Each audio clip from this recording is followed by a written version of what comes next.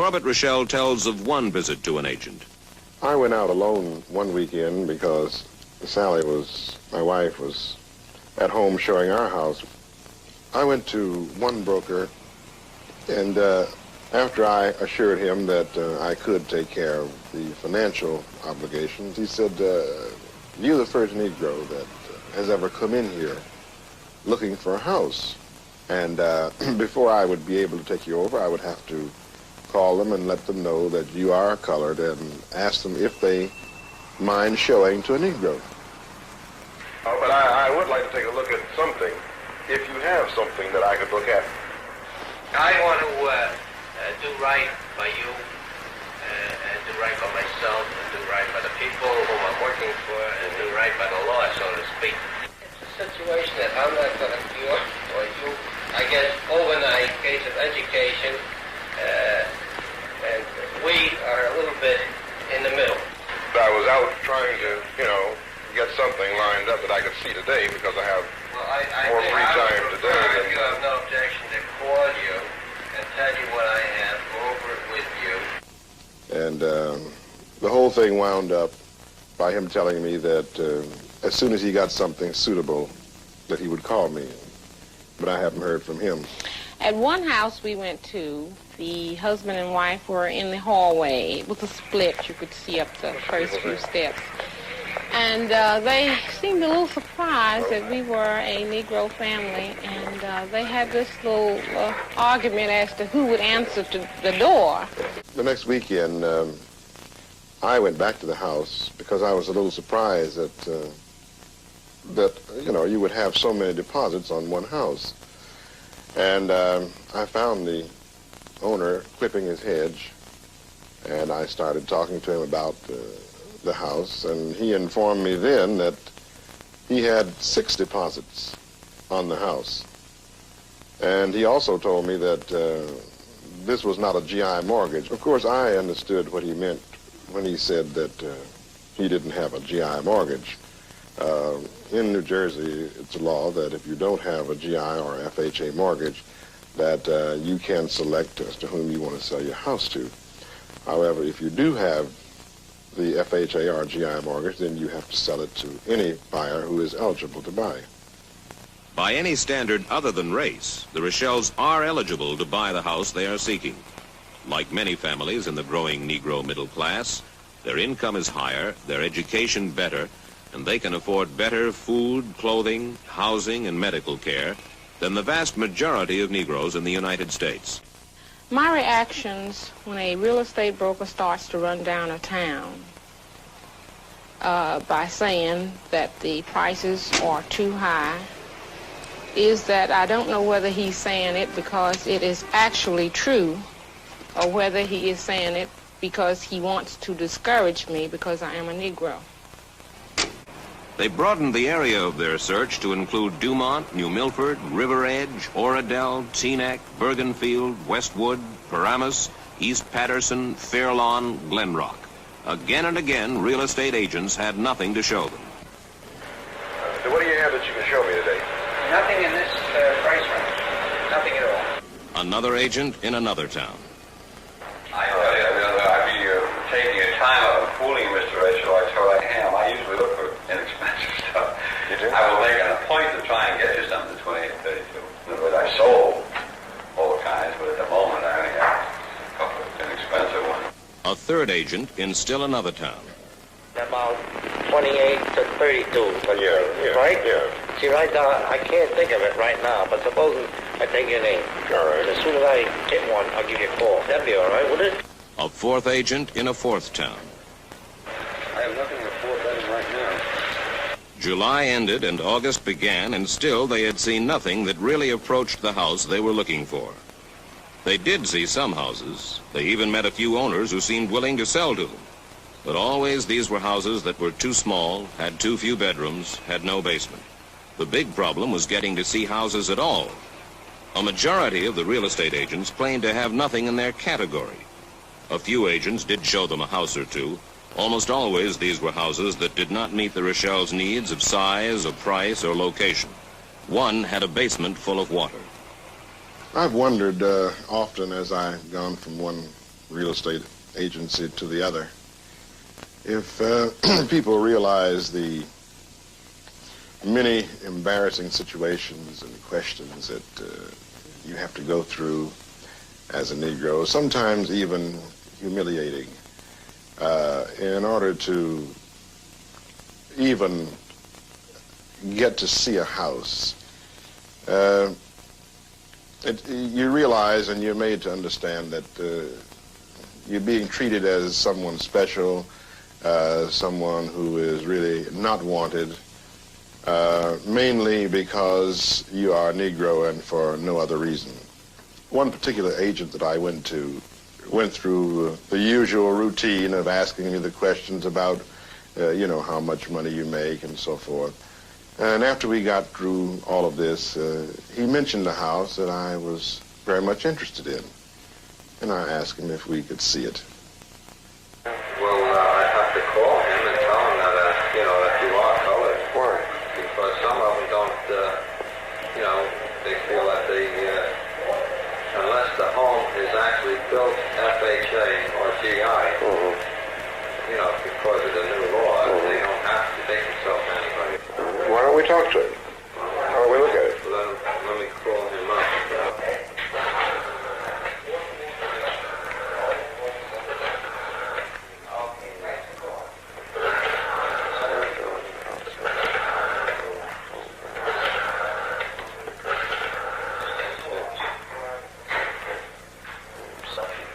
Hello, Mrs.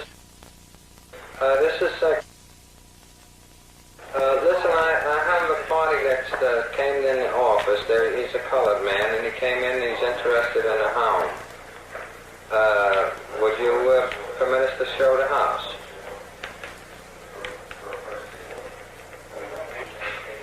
What is your occupation? I'm a salesman. He's a salesman.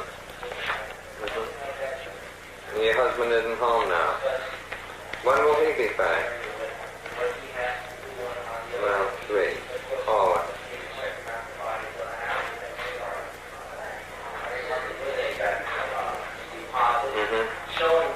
Yeah. Well, it's up to you. See, that's the thing. It's your prerogative. It isn't up for me to say yes or no, you say. Because by law, I have to abide by the new law, you say. Right. Well, supposing I tell them then you'll reserve decision until your husband comes home. All right. Okay, thank you. She can't say because her husband isn't home. It's all up to him, She has no objection, but he may have some. He might have. Corbett Rochelle never did see that house. When the husband came home, his decision was to rent rather than sell it. But the conversation in the real estate office continued. Do you think we'll ever reach the state where race is not a barrier in America? In time. In race relations? I think in time. Let me ask you a question. Why would you want to move into a predominantly white section? I live in an integrated world. When my daughter goes to school, she doesn't go to school with colored kids, she goes to school with kids. That's right. Some are nice and some are not. How do you believe in intermarriage? I believe in intermarriage if you feel like having a Japanese wife. I think that's your prerogative. At a public meeting of the Fair Housing Council of Dumont and Bergenfield, a second of these tests was described in detail. Jean Strickholm chaired the meeting. Now, over the course of the summer, since we last met, there have been 6 families that we have worked with. We're fortunate tonight in having one of the families here with us tonight. Mr. Rochelle, would you tell us about your experience with a real estate agent and what luck you had with him? Well, we went to several brokers, but one particular broker that I'd like to tell you about, I went alone. My wife was at home showing our house to some prospective buyers at the time. And after we went through all the usual procedure, he made me know in no uncertain terms that he couldn't show me a house unless he called the person and informed them that a Negro was going to come and see a house. And I asked him why, and he told me that, well, first of all, no broker is showing Negroes homes in this area. They have maybe a few homes picked out that they're sure that you wouldn't want, and they may take you to those, but nobody is showing homes on an open basis, and I don't want to be the first one. He promised to call me, and of course I never heard from him. So at this point, I asked Mrs. Phyllis Dumont of the Fairlawn Fair Housing Committee, and also a member of the Bergen County Fair Housing Committee, if she would visit this real estate agent and try to establish to some extent what homes he might have available. Well, my experiences were quite different, as you might well imagine, than with that of the Rochelle's, and I had to identify with them. So I found out as much as I could about what their requirements were. Well, that afternoon I went, and no sooner had I gotten inside the office and sat down, he took out several cards and had already set up 5 or 6 appointments for us to go and look at houses. So we proceeded to look, and we did this for about 2 hours. We rode around and we saw 4 houses very thoroughly. When we got back to the office, he proceeded to verbally again describe the houses while he wrote all the details down. And this is what I walked out of the real estate agent's office with, a list of the 4 homes with extensive details on them. After this test, and that's what it was, a test, Mr. Rochelle and I went back to this real estate agent, and maybe we can tell together what happened there, because I sort of remember what I said, and I'm sure you remember what you said, and maybe we can both remember what he said. We went back, and he was very cordial and very friendly. Mrs. Strickholm, this is Mr. I came to see what you had for me. I hadn't heard from you, and I thought I'd stop in. Give us to Rachel. Rochelle, that's right. I believe he started off by saying that he had been thinking and worrying and puzzling over what he should do from a moral point of view, and to do the right thing for the community and to do the right thing for the sellers who he was representing, and that he was trying to come to some sort of realization as to what was right to do. And do you remember what he said next? He said it was an established fact that when Negroes moved into a community, the property values automatically went down, and it wasn't so much a matter of white people not liking colored people or anything like that, but it was just a matter that if a Negro moves into a neighborhood and any other prospective white buyer happens to come into that neighborhood and finds that there is a Negro within rifle shot or hollering distance, they just wouldn't even consider the house. The people, not me, the people, not that they have anything against you folks, but they do not care to sell to colored because of not wanting their neighbors to sell to colored, because if they wanted to sell, they know the house would deteriorate. That's the one prime thing today. He was convinced that this was true because he'd heard it, and I don't remember the rest of that part of it. What he said was that the problem of housing did not lie with the broker. It's a problem of the seller.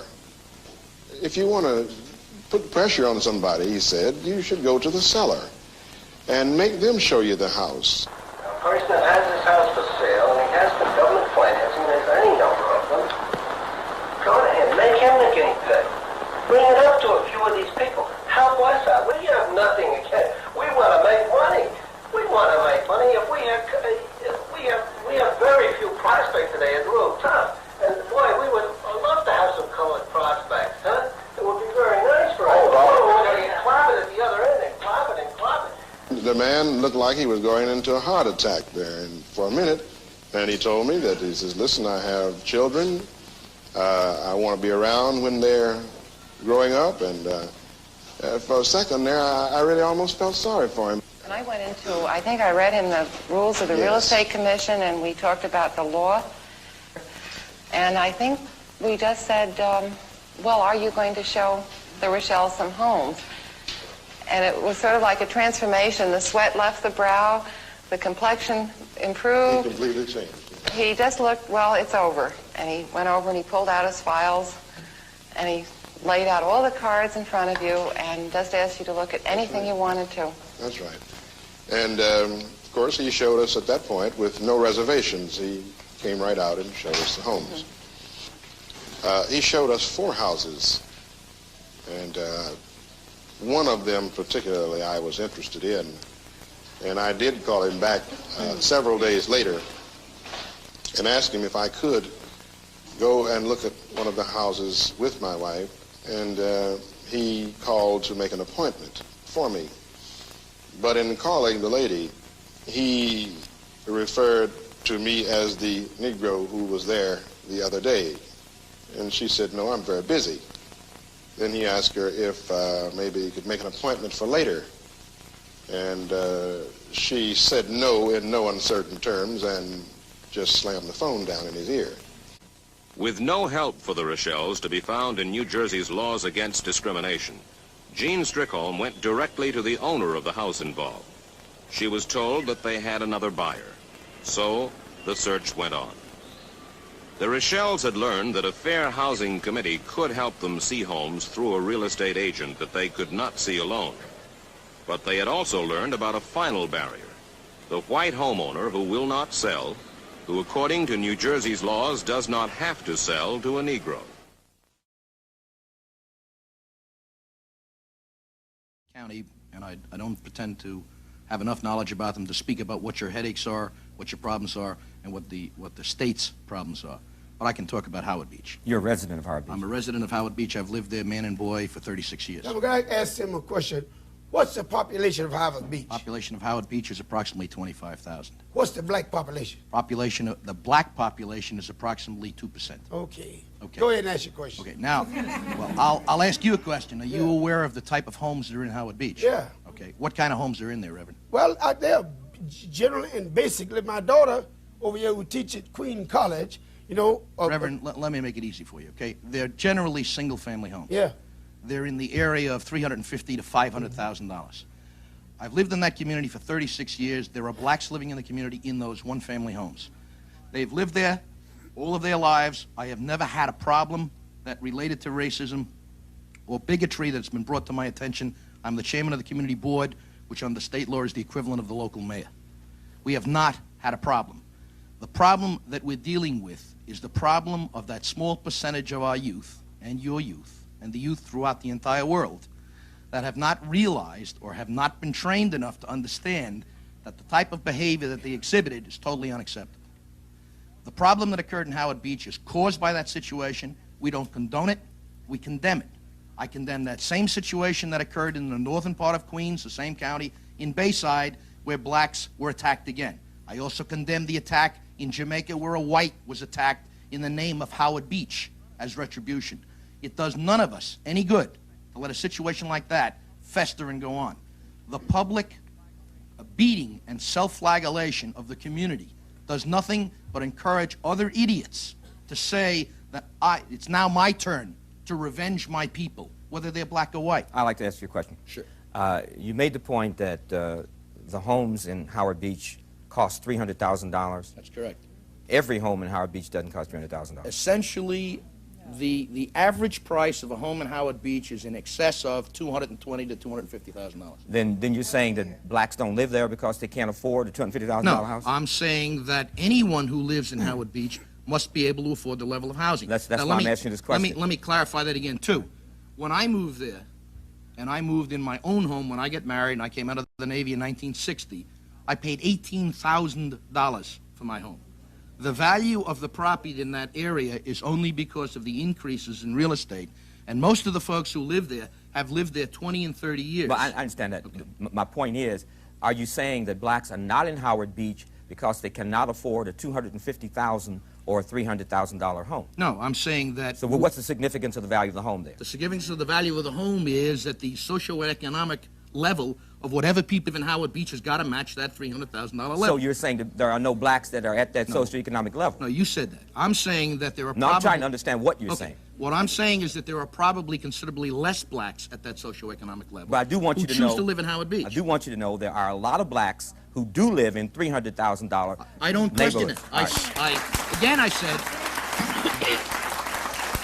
said those who choose to live in Howard Beach. I understand. Okay. So And you're saying blacks don't live there because they don't choose to live there? There are blacks who live in the Hollis area, St. Albans area, other areas of Queens County, who've lived there for many, many years. But none of these blacks with $300,000. No, those are $300,000 homes. I say, but none of the blacks who do have $300,000 want to live in Howard Beach. No, Is that what you're saying? No. Then why Again, do no I didn't blacks? say that. Why is the percentage so low? There are blacks living in there.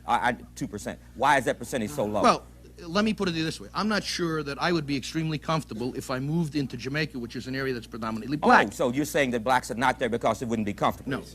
Again, I said I personally would. And I think that generally the people that you're dealing with who are in the community go where they're comfortable, where their relatives are, where their friends are. I think and we all agree with that. The people do go where they're comfortable. That's absolutely correct. And so you're saying that blacks then generally would not be comfortable in Howard Beach? No, I didn't say that. Again, you said that, and it's good to have you say it, but I don't agree with it. Okay, thank you. My answer is simply put that the people who have come into Howard Beach, be they Hispanic, white, black, or of any other ethnic background, have come in, have been able to purchase, have lived there, and we have never had an ounce of problem. All right, thank you.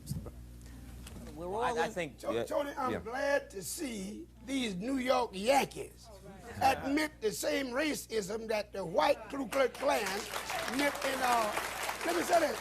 Hey, let me say this. All of that jazz about blacks don't want to live at Howard Beach.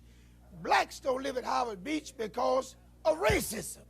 Blacks don't live at Howard Beach because we do not have the same opportunity for employment or employment promotions as white people have. The only way they're able to afford those $300,000 jobs is because of racism. Reverend Williams.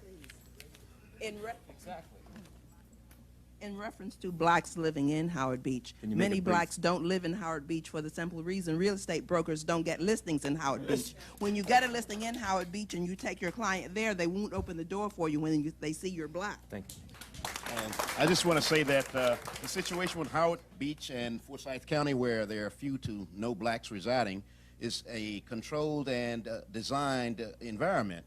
And whether it's the Harlem, New York, or Howard Beach of New York, or the Howard Beach of Georgia, it is by design. I think the problems that we've seen has been a result of either whites or blacks searching for that ultimate utopia where we control our own destiny and we have the homes and we don't have to worry about amalgamation with other races and ethnic types.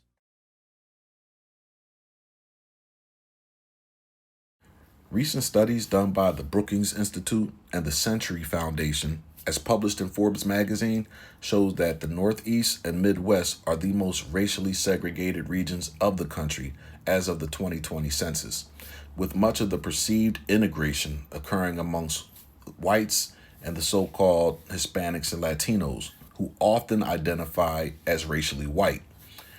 Technically speaking, out of all the racial ethnic groups in the United States, blacks and whites have been the slowest to integrate with each other and continue to hold strong lines of segregation between their respective communities.